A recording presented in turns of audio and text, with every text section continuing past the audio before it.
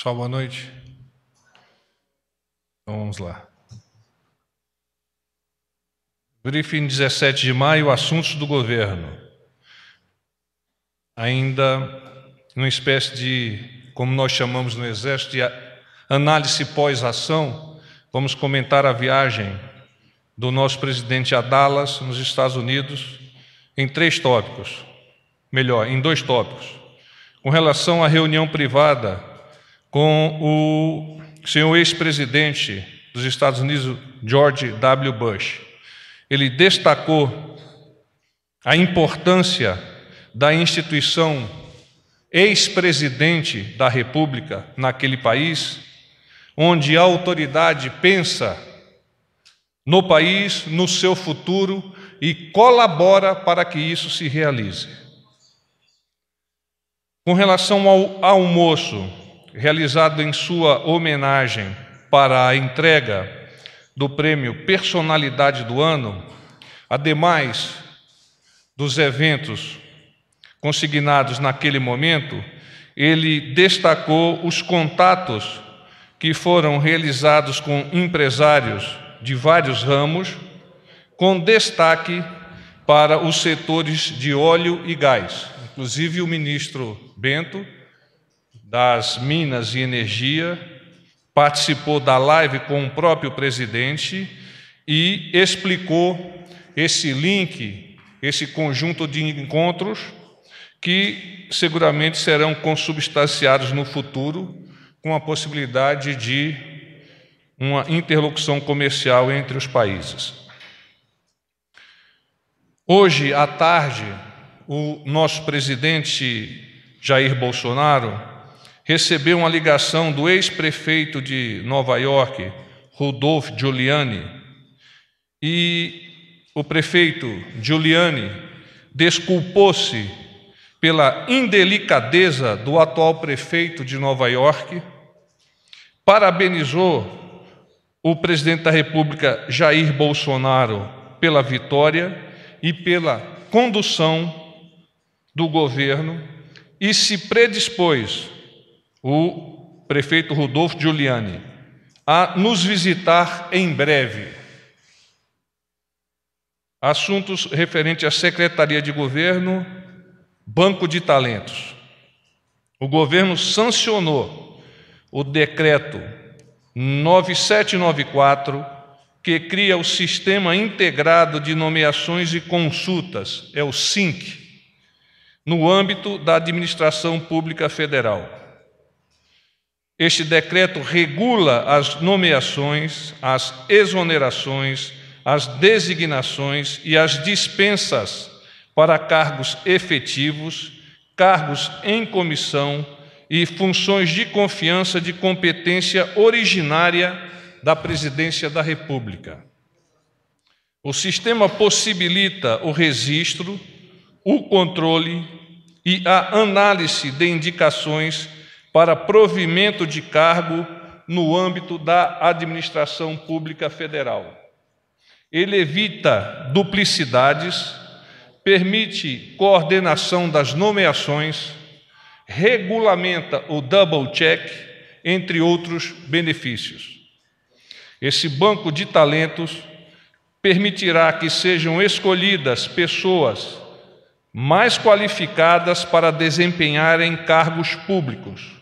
Com isso, quem sairá ganhando, sem sombra de dúvidas, é a população brasileira, pois os serviços serão realizados com maior eficiência, eficácia e efetividade. Vice-Presidência da República, Ministério das Relações Exteriores.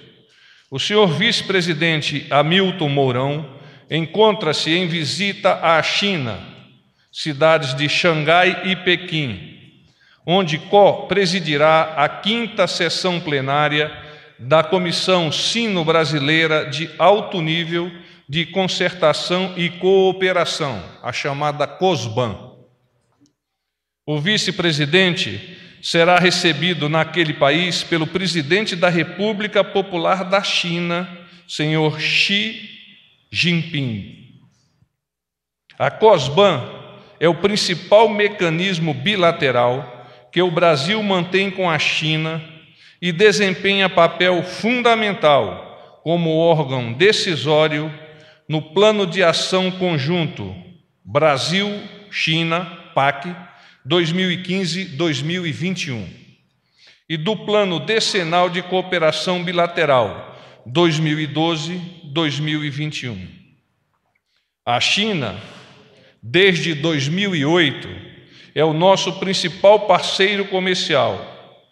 A corrente de comércio bilateral alcançou, o ano passado, 2018, próximo de 98,9 bilhões de dólares, exportações de 64,2 bilhões e importações de 34,7 bilhões, caracterizando expressivo superávit brasileiro mantido nesses últimos 9 anos. Ministério do Meio Ambiente.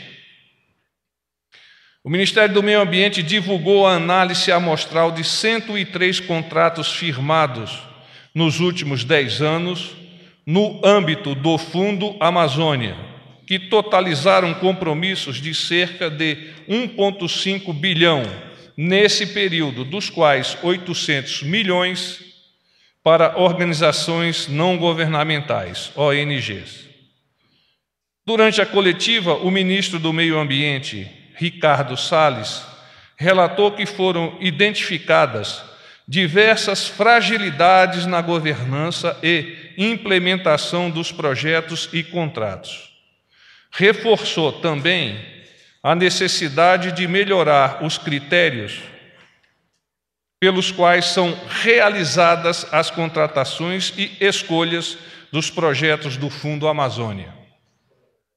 O MMA, como membro do Comitê Orientador do Fundo Amazônia, irá propor as medidas de alteração de sua governança e de sua forma de funcionamento para cessar disfuncionalidades.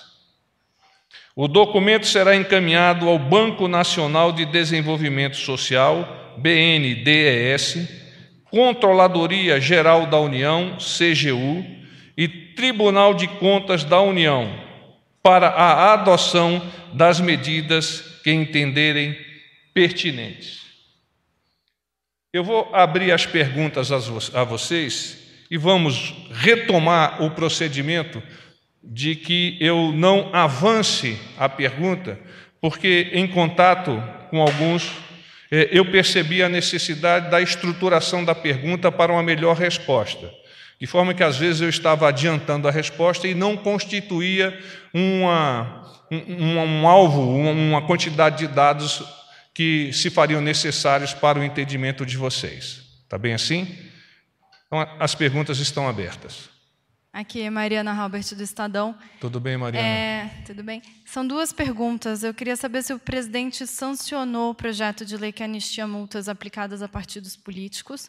Hoje era o último dia para ele fazer isso. Ele está, neste momento, com o ministro Onyx, lá no Palácio da Alvorada, tratando deste assunto. Então, o presidente da República, o ministro-chefe da Casa Civil, Onyx, e o chefe da SAGE, o doutor Jorge, estão analisando e a decisão, assim que proferida pelo nosso presidente, estará à disposição de vocês.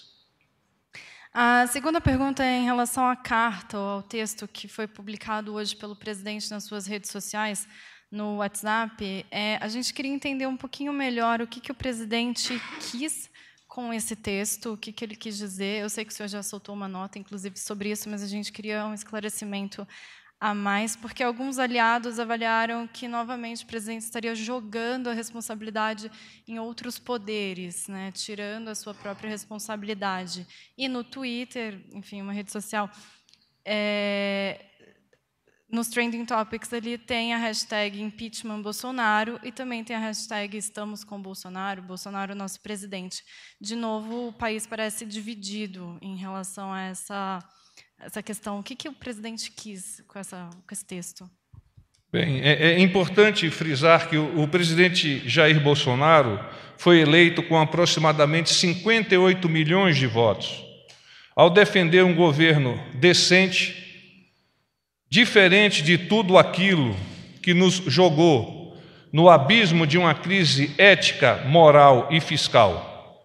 Isto posto, hoje pela manhã ele vocalizou seu pensamento, que é razão da sua pergunta, na seguinte mensagem, abro aspas: venho colocando todo o meu esforço para governar o Brasil. Os desafios são inúmeros e a mudança na forma de governar não agrada àqueles grupos que no passado se beneficiavam das relações pouco republicanas. Quero contar com a sociedade para juntos revertermos essa situação e colocarmos o país de volta ao trilho do futuro promissor. Que Deus nos ajude. Fecho aspas. Então, esse é o comentário do nosso presidente. Boa tarde, tudo bom? Marcelo Ribeiro, do Valor Econômico. Tudo bom, Marcelo? Uma questão em relação ao Major Vitor Hugo, líder do governo na Câmara. Desde o início da semana, em função de diversos movimentos feitos pelo líder, muitos parlamentares começaram a pressionar uma eventual mudança na liderança do governo. Ele esteve hoje reunido com o presidente. Quero saber se em algum momento foi discutido uma eventual substituição do Vitor Hugo no cargo. Não foi discutido, não está no escantilhão do nosso presidente, e para corroborar a confiança que o nosso presidente detém junto ao Major Vitor Hugo, o Major participou da audioconferência ao lado do presidente com o ex-prefeito de Nova York, Rudolph Giuliani.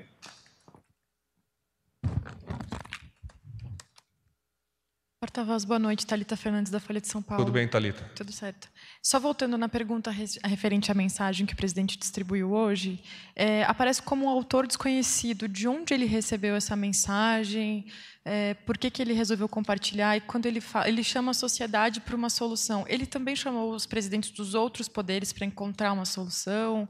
O que ele vislumbra como uma saída para o que ele diz que está ingovernável? Obrigada. Ele recebeu esta mensagem de grupos nos quais ele participa e entendeu que a mensagem estaria em consonância com o pensamento de momento dele, mas o pensamento efetivo dele é este que eu há pouco vocalizei para vocês. Se necessário, o faço novamente.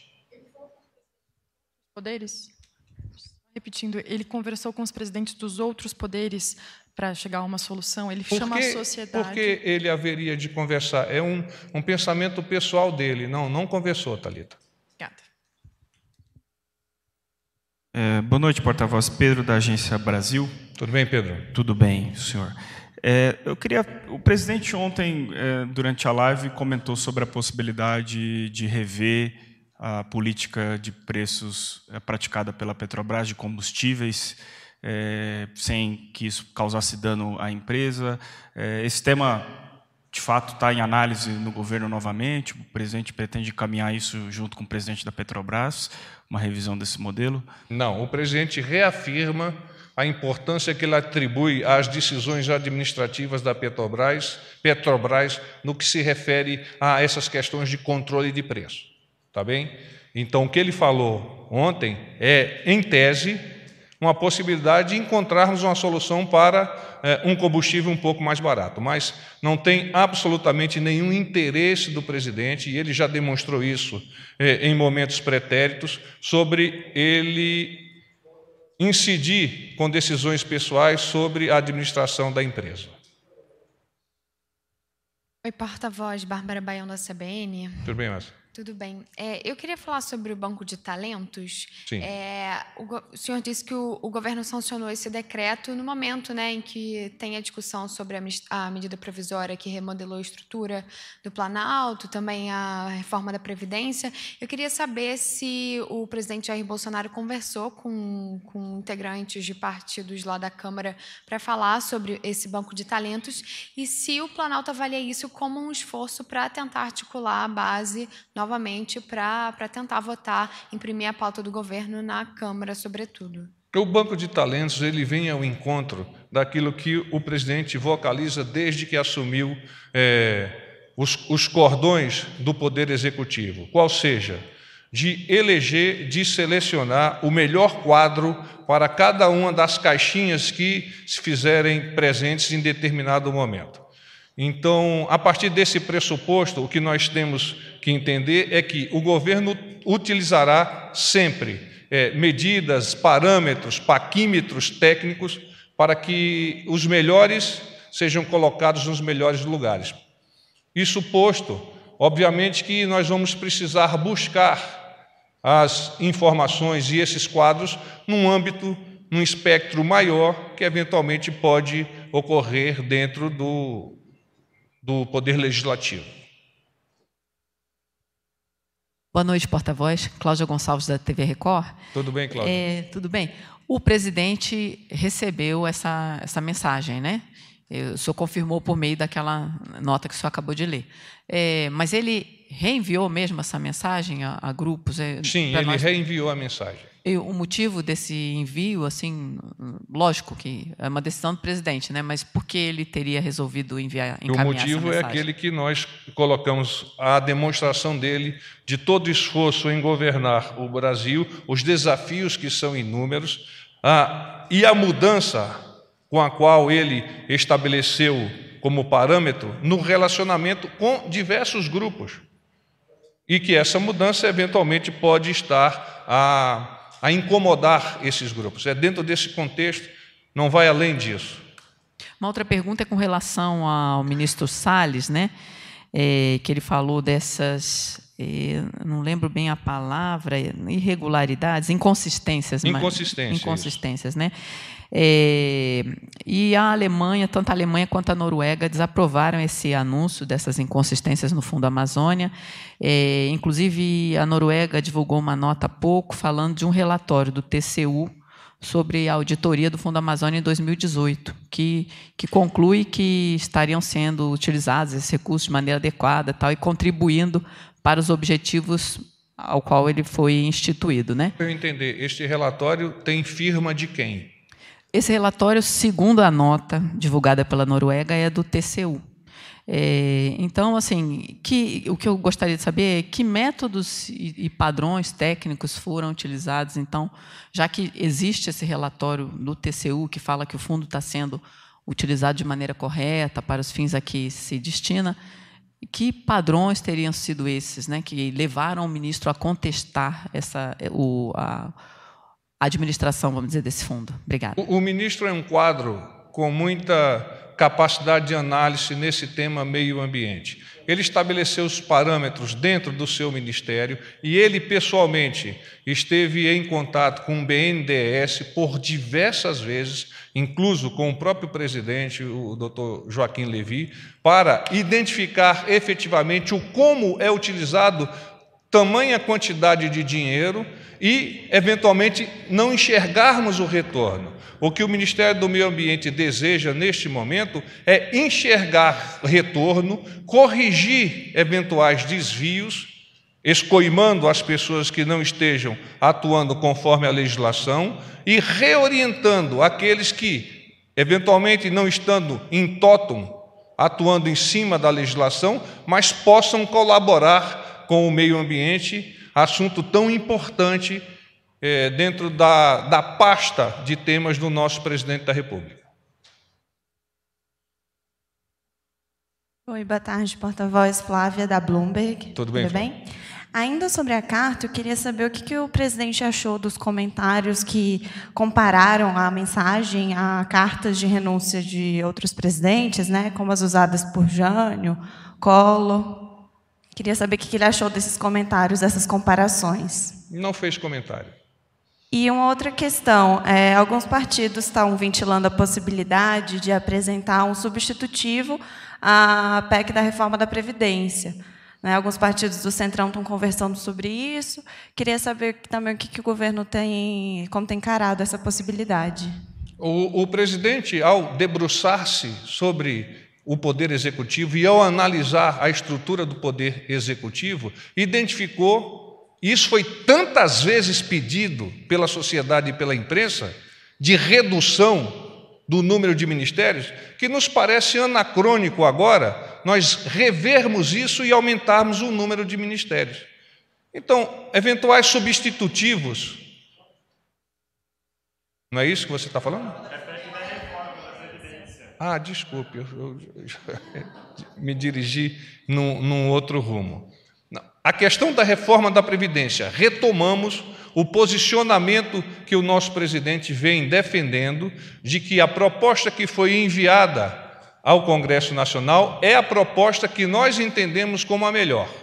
E ele também compreende, por diversas vezes vos falou, pelos diversos meios, entender que o Congresso Nacional fará o seu melhor trabalho para entregar à sociedade essa questão previdenciária que hoje quase que inviabiliza a manutenção da administração federal e dos outros poderes. Porta-voz, só me permite mais uma vez, eu queria aproveitar o gancho da colega. Quer dizer, o governo, o Centrão, partidos que têm uma boa quantidade de representação, uma quantidade de representação importante no Congresso Nacional, articulando uma proposta alternativa à reforma da Previdência. O presidente já disse por diversas vezes que a melhor reforma é uma reforma aprovada. O governo não estaria aberto à negociação em torno de mudanças mais profundas e um texto, eventualmente, na composição de um texto alternativo, como esse que se desenha no Congresso? A melhor reforma, segundo o princípio do presidente, é aquela que nós já elevamos ao Congresso. Ele se coloca sempre em posição de diálogo com o Congresso para entender, a partir da casa ou das casas do povo e dos estados, o que eles entendem como melhor para a sociedade. É dentro desse contexto e não de contextos pontuais, e aí vamos receber uma nova proposta. E o tempo? Há necessidade que tenhamos um time para isso.